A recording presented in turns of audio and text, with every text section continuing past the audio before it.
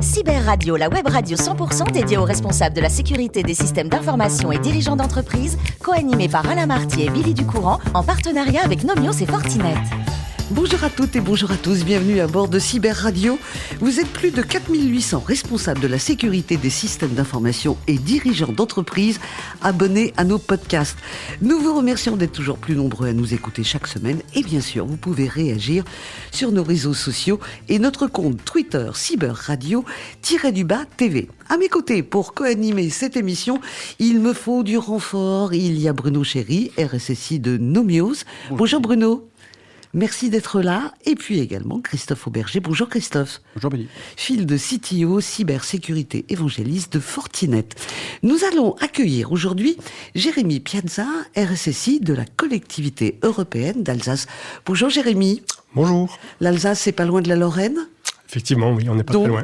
C'est vrai que vous êtes né le 17 juin 1976 à Saint-Voltaire, c'est en Lorraine. J'ai voulu regarder à quoi ressemblait votre lieu de naissance et quand on met Voltaire, on n'a que l'écrivain. Donc j'ai été très déçue. Comment c'est ? Alors c'est parce que c'est pas Saint-Voltaire, c'est Saint-Avold. Ouais.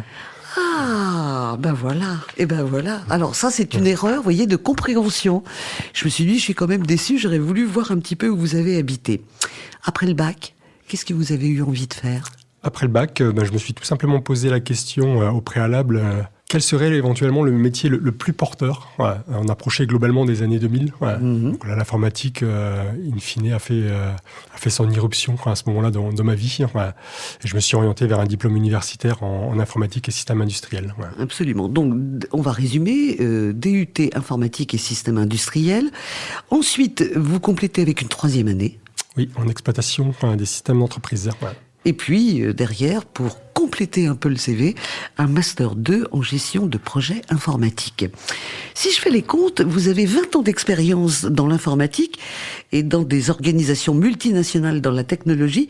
C'était une époque où l'informatique explosait. Comment vous avez vécu cette révolution qui, au fil de vos postes, ont dû à chaque fois vous motiver ? Il y avait quelque chose de nouveau à faire. Oui, in fine. Moi, j'ai eu la chance d'arriver sur le marché du travail pendant les années 2000. Donc, qui dit 2000 dit le fameux bug de l'an 2000. Et puis ensuite, tout a continué en définitif, sur différents nouveaux métiers, différentes technologies. Donc, j'ai eu la chance, effectivement, d'évoluer sur différents postes, en commençant comme ingénieur système, en évoluant vers des opérations, vers des fonctions plus liées à de la chefferie projet, de la gouvernance, de la gestion de data center, pour enfin finir, il y a un peu moins de 5 ans maintenant, dans la sécurité. Alors, absolument. Mais il y a 2 ans, vous changez complètement de direction. On reste dans la sécurité, mais vous avez décidé de basculer dans la fonction publique en rejoignant la collectivité européenne d'Alsace. Vous en aviez assez de la protection du capital financier ou quoi ? Il y a un peu de ça, effectivement. Ouais. Il y a un peu un changement de paradigme, de passer de la protection du capital financier et de la propriété intellectuelle vers du capital humain, tout simplement, et se mettre un petit peu plus au service du citoyen. Ouais. Ça a été un changement radical pour vous, dans les méthodes de travail ? Alors, pas tant dans la méthode de travail, financièrement, oui, je me doute. Clairement. Dans la méthode de travail, pas tellement, dans la mesure où ce qui m'a également motivé à rejoindre la collectivité européenne d'Alsace, c'est la participation à un projet d'organisation stratégique, qui est l'élaboration et la mise en place d'une politique de sécurité. Alors, à côté de votre travail, et ça, vraiment bravo, vous donnez des cours à l'université de Strasbourg sur la sécurité et la gouvernance de la sécurité. Mais en plus, vous êtes membre, alors je ne sais pas comment le prononcer, on dit Kizir ou Cuisir ? Cuisir Est, c'est le club des RSSI de la région Grand Est. De la région Grand Est, et vous êtes un référent, alors là, ça m'a bluffé, cybermenace de la police judiciaire de Strasbourg. Oui, ce qui consiste à effectuer des interventions de sensibilisation à différents niveaux, que ce soit auprès des PME, PMI ou auprès des artisans par rapport à la menace cyber. Absolument. C'est quelque chose qui vous motive, ça ?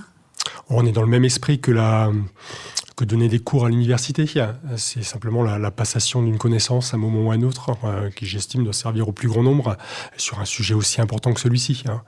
On le verra un petit peu, mais ma vision de la cyber, c'est beaucoup de l'acculturation. Il faut être extrêmement humble et croire simplement à la mutualisation à la fois des moyens, mais également des savoirs. Bon, on va revenir à cette collectivité européenne d'Alsace où vous travaillez avec les questions de Bruno et Christophe. Bruno, c'est vous qui démarrez. Merci. Alors moi, j'avais une question assez générale, mais un petit peu, j'espère un petit peu précise à la fin. Le rapprochement de deux conseils pour créer la collectivité. Comment avez-vous pris la sécurité dans son ensemble, dans ce chantier? Dans quelle mesure vous avez pu construire, dérouler votre stratégie de sécurité en rapprochant ces deux entités et en construisant finalement un socle commun, en partant vraiment de manière deux individus très pragmatique, en évaluant le niveau de maturité dès le départ des deux organisations et en se fixant avec la direction un objectif de niveau à atteindre d'ici 3 à 5 ans. Donc déjà, dès le début, une implication de la direction dans les questions de sécurité dès l'origine. Dès l'origine. Et puis, moi-même, je ne fais donc pas partie de la DSI. Je reporte directement à la direction générale, ce qui me vaut à la fois de ne pas être juge et partie, et de pouvoir porter une feuille de route au plus haut niveau. D'accord, donc un plan de marche déjà défini, validé par la direction. Donc plutôt une approche top-down, donc pour faire un petit peu d'anglicisme. Ou est-ce que finalement on a eu un petit peu des deux partant de cette Oui, je pense qu'on a eu un petit peu plus des deux. C'est un challenge qui est quand même assez... Moi je pars du principe qu'effectivement avoir un sponsor de très haut niveau, c'est quand même facilitant. C'est mon expérience de chef de projet qui m'a amené à cette conviction-là. Donc oui, il faut avoir l'adhésion du plus haut niveau et après effectivement ça redescend. Mais sans omettre tout un travail de l'acculturation, de sensibilisation de la base, effectivement, pour avoir également le retour de l'autre côté. Donc d'aller sur le terrain, d'embarquer un petit peu les chefs de projet, les responsables de BU, et les équipes techniques qui sont déjà en place dans les deux entités, puis qu'il faut ramener vers cette nouvelle grande organisation où tout le monde va travailler ensemble. Oui, tout à fait. Ouais. Christophe ? Alors oui, effectivement, merci pour cette description. Moi, je vais rebondir sur quelque chose que vous avez dit parce que je suis extrêmement intéressé par ça. J'aimerais savoir si vous avez trouvé la solution miracle. C'est surtout l'aspect sensibilisation, acculturation justement des collaborateurs et de l'écosystème à la cybersécurité. On tombe très vite dans des choses qui deviennent routinières et où finalement on a du mal à embarquer les gens. Ils le font de manière automatique et finalement l'apport est pas réel. Donc, vous avez des conseils à donner dans ce domaine-là? Vous avez mis en place des choses particulières Alors, je crois qu'effectivement, il n'y a pas de secret. Il existe énormément de solutions aujourd'hui, que ce soit dans le e-learning, dans les web vidéos. Moi, je suis assez partisan de la prise de parole, du webinar et de l'échange. Et j'essaie autant que faire se peut d'en organiser le plus souvent possible pour avoir un dialogue en direct avec les différents agents. D'accord, ouais. Donc plus un échange que finalement des choses un peu automatisées. Alors il faut je pense, un fonds entre guillemets. Il faut un stock de modules de e-learning sur lequel on peut capitaliser. Après, on est dans une acculturation. Et l'acculturation, on le sait, ça prend du temps. Ça passe par de l'humain. Et puis ça se passe par ce type de moyens. Christophe. D'accord, merci. Oui, alors les collectivités sont dans un cadre réglementaire assez renforcé, avec le RGS, le IDAS, le RGPD évidemment, je dirais un peu comme tout le monde, la LPM, les directives Nice, énormément de choses. Pour vous, c'est plutôt un accompagnement, cette réglementation, ou plutôt une pression? Vous le ressentez comment? Moi, je le ressens plus comme un accompagnement, effectivement, aujourd'hui. J'ai été agréablement surpris de l'ensemble des moyens mis à disposition par l'État pour ces administrations. Aujourd'hui, tout est là. Tous les référentiels sont en place. Il n'y a plus qu'entre guillemets qu'à les appliquer. Si tant soit peu qu'on ait la compétence et la vision aussi qui vont permettre de les mettre en place, mais pas dans le dogme. La dernière question avec vous, Bruno. Oui, alors un peu la même question du coup, mais quel challenge maintenant que le RGPD est une réalité bien installée pour vous avez affronté? Maintenant, on sait que les établissements publics sont très exposés. Il y a de plus en plus de manipulation de données à caractère personnel. Donc effectivement, on a tout l'outil législatif et la réglementation. Mais vous, en termes de challenge et en termes d'organisation, comment est-ce que vous avez pris le sujet à bras-le-corps sur vraiment la protection des données à caractère personnel. Est-ce que ça a été, j'imagine que ça a été une difficulté, mais est-ce que vous êtes rapproché des équipes, est-ce que vous êtes rapproché, est-ce que vous êtes parti par la gouvernance, tout simplement, par le haut, ou est-ce que ça a été vraiment un effort par le bas, par les équipes, par les propriétaires de données, par les outils éventuellement? Oui, l'effort il a été mené collectivement. Ouais. Et notamment, on a la chance d'avoir 2 DPO liés à la convergence des 2 conseils départementaux. D'un point de vue, effectivement, traitement associé au RGPD, les process sont en place de notre côté. Après, il est certain que sur l'outillage, on a encore une marge de progression. Clairement. Car aujourd'hui, la plus grande crainte, elle est commune, je pense, à la majorité des organisations. C'est à la fois le risque ransomware et le risque associé à la divulgation de données. Le fameux data breach, là, et pour lequel, effectivement, aujourd'hui, je pense qu'on n'a pas fini de s'outiller pour éviter un data breach, mais on sait tous que c'est compliqué dans les faits.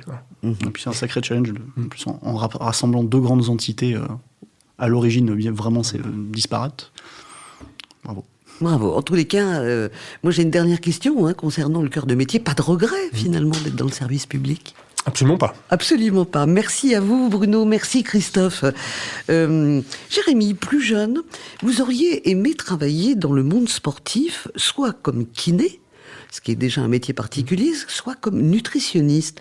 Donc on peut dire que le sport de A à Z, ça vous parle? Oui, tout à fait. Si on évoque les passions, effectivement, j'en ai une qui est notamment le triathlon, dont la composante nutritionnelle et à la fois tout ce qui est lié à la kiné est très important. Je pense qu'effectivement, j'aurais pu faire quelque chose là-dedans également. Ouais. Alors le triathlon, vous le pratiquez toujours? Je le pratique toujours. Oui. Vous en faites depuis 15 ans. Qu'est-ce qui vous séduit dans ce sport? C'est la diversité de ces 3 sports. Il y a la natation, la course à pied, j'en oublie, le cyclisme. Je ne sais pas si je les ai mis dans l'ordre. On commence par la natation, c'est ça? Oui. Le cyclisme. Et la course à pied. Et c'est ça qui vous plaît, cette diversité? C'est à la fois la diversité, mais également l'exigence que représente ce sport pour être en capacité de performer dans les 3. Ben voilà. Lequel vous aimez le plus de ces 3 sports? Vous dites, là, j'ai plus de facilité. Peut-être la natation. La natation, d'accord. Vous avez également participé à ce qu'on appelle des Ironman. Oui. C'est dur aussi, ça, Racontez-nous. Un Ironman, c'est l'épreuve ultime du triathlète qui consiste à enchaîner 3,8 km de natation, 180 km de vélo et 42 km en course à pied derrière. Je suis déjà fatigué. Ça se fait assez bien avec un peu d'entraînement. Mais c'est sûr que c'est une dizaine d'heures. Alors vous aimez quand même les voyages et il y a un pays qui vous a beaucoup marqué, c'est l'Inde. Vous avez été marqué à quel niveau par l'Inde? J'étais marqué à la fois par la gentillesse des habitants, mais également par leur capacité à bien faire les choses en toute transparence. Ce qui n'est pas toujours le cas avec un certain nombre de pays asiatiques, sans en citer. Mais je trouve qu'aujourd'hui, pour avoir travaillé effectivement avec des gens un petit peu partout dans le monde, si on devait me poser la question avec qui vous préférez-vous travailler, ce serait certainement avec les Indiens. D'accord.